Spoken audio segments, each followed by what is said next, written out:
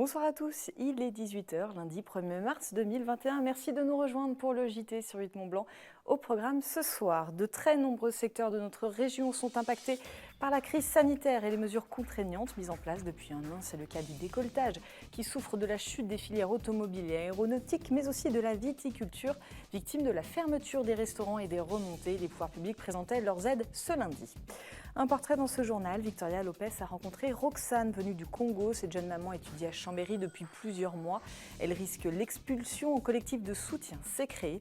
Son histoire dans quelques minutes. Et on s'intéresse aussi au bien-être en entreprise dans cette édition avec notre invité du jour, Pierre-Yves Antras, directeur général de Haute-Savoie Habitat. Mais avant, les élèves de maternelle de l'école Le Mollard à Chambéry vont rester chez eux cette semaine. 2 instituts ont été testés positifs au Covid. Ils sont placés à l'isolement pour 7 jours. La préfecture de Savoie a donc décidé de fermer l'école jusqu'à vendredi matin pour éviter tout risque de propagation. Une vaste réflexion sur l'avenir du décolletage. Ce lundi matin, à l'Idée Center de Cluses, le technocentre de la filière du décolletage, l'ensemble des professionnels s'est retrouvé pour le lancement très officiel du plan de relance de l'industrie dans la vallée de l'Arve.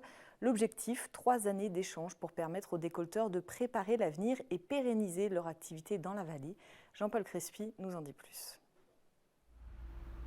Construit autour de l'Idée Center de Cluses, structure réunissant les principaux acteurs industriels de la vallée, le plan d'accompagnement des entreprises de la vallée de l'Arve, piloté par France Relance, a pour objectif de créer un hub à l'écoute des entreprises afin de simplifier et de faciliter la structuration de leurs projets tout en appuyant leur développement.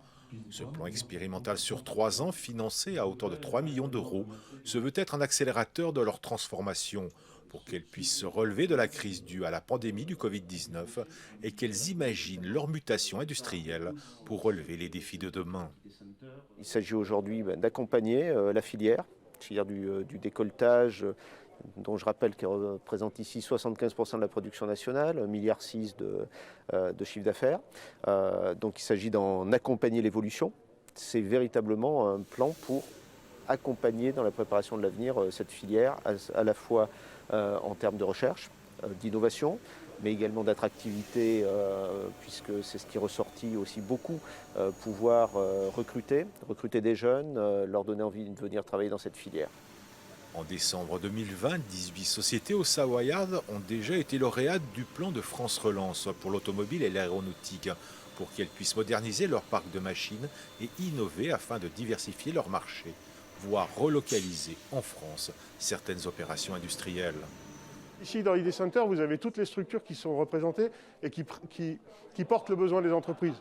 Mais vous avez l'État, qui nous accélère par ses aides publiques. Vous avez la région, qui va également nous aider, puisqu'il y a un projet de plan spécifique région qui sera complémentaire au plan de l'État. Donc le maître mot, c'est accélérateur de mutation, oui. Il y a la possibilité, au travers de ce laboratoire qu'est la vallée de l'Arve, de tester des nouveaux dispositifs sur la fiscalité des entreprises, sur l'emploi, sur l'innovation. C'est toutes ces choses-là qu'on va essayer de transformer. Alors, c'est peut-être effectivement une forme de laboratoire à idées, mais d'idées extrêmement pragmatiques. On ne veut pas simplement donner des grandes orientations, on veut être sur du très pratico-pratique, parce que c'est quand même l'ADN des industriels qui nous entourent. Véritable laboratoire d'idées et de projets pour l'avenir, ce plan d'accompagnement des entreprises industrielles de la vallée de l'Arve devra s'efforcer de définir de véritables axes stratégiques pour la profession et de rendre concret ce que les spécialistes appellent l'industrie 4.0 ou plus simplement l'industrie du futur.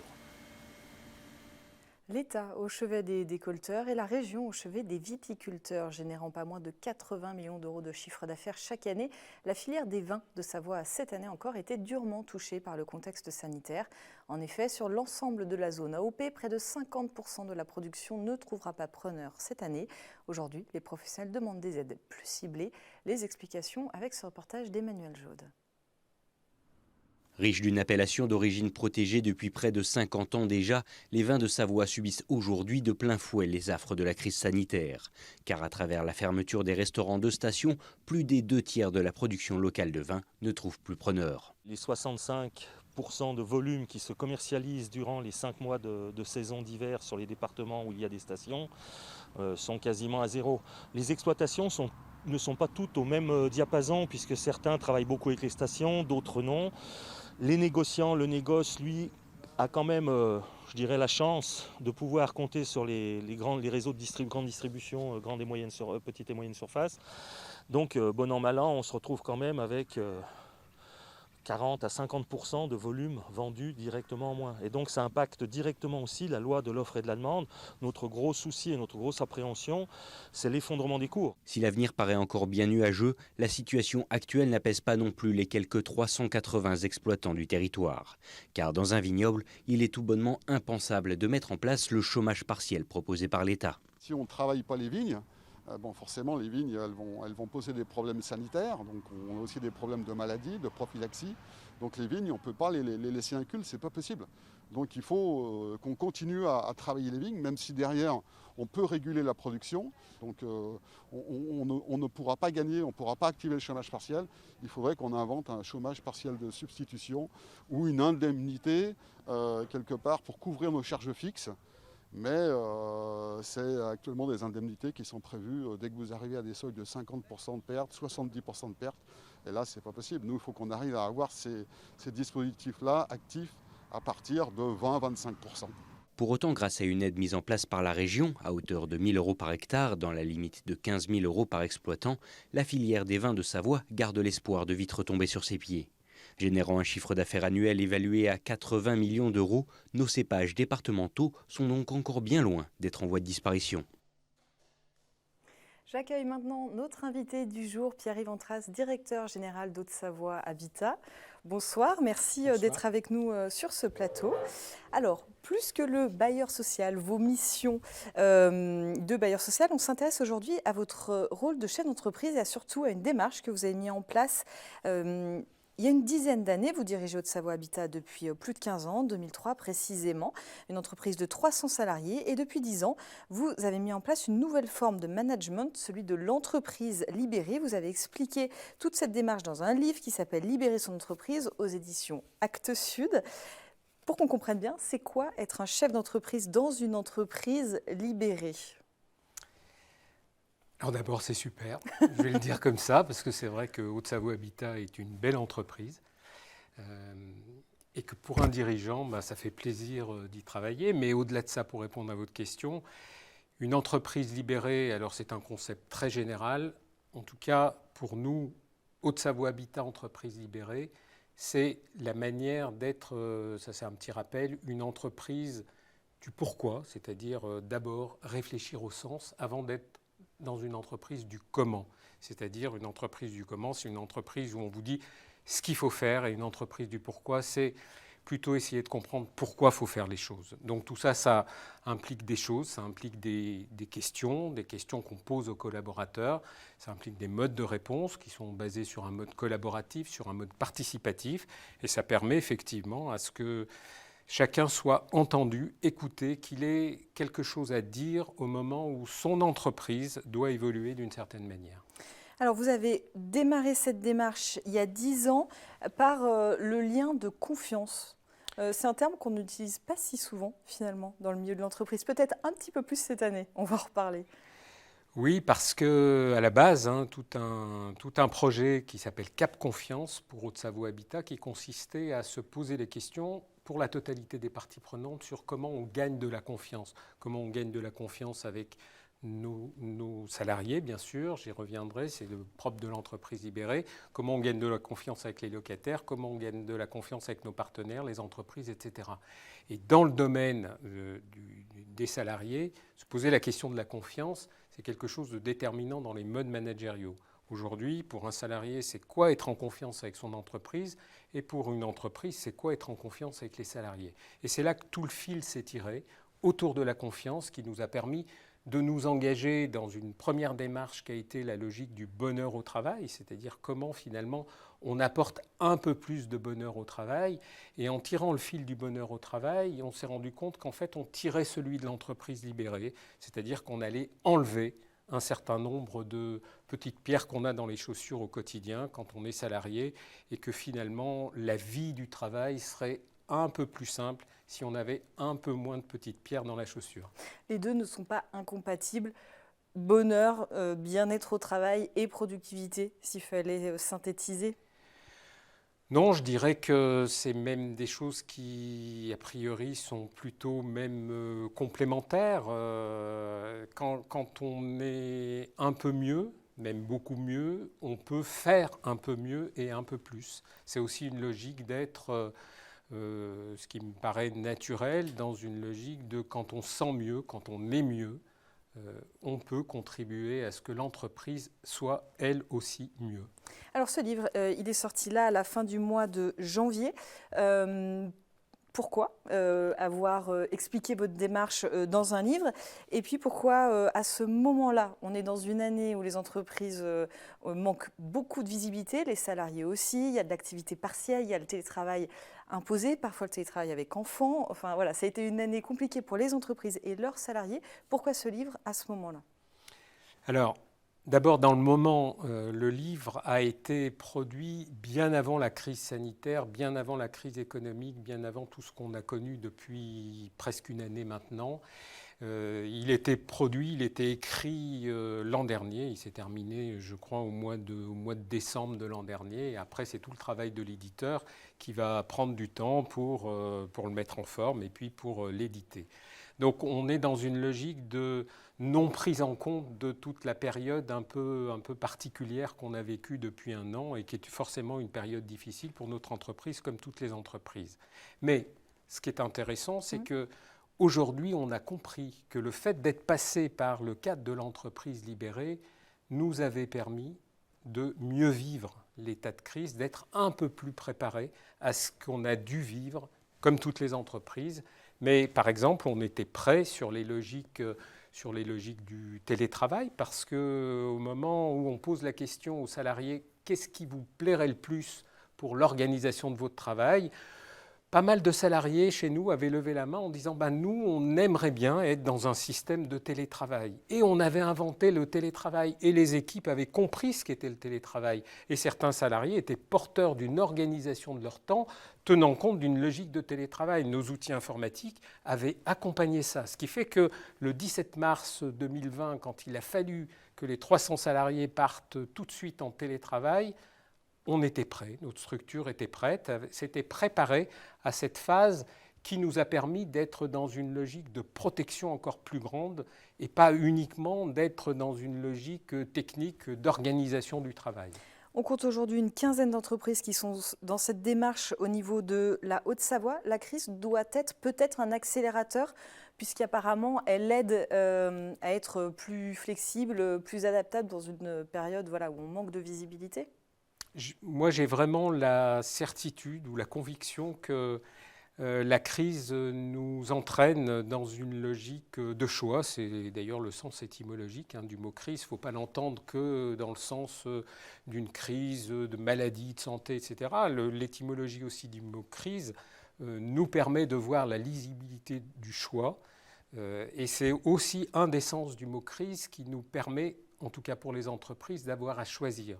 Et je pense que la grande force, en tout cas, de ce qu'on peut voir dans notre logique d'organisation du travail, c'est qu'on se prépare à vivre des étapes de transformation. Nos entreprises de demain doivent être des entreprises qui auront changé, qui se seront transformées.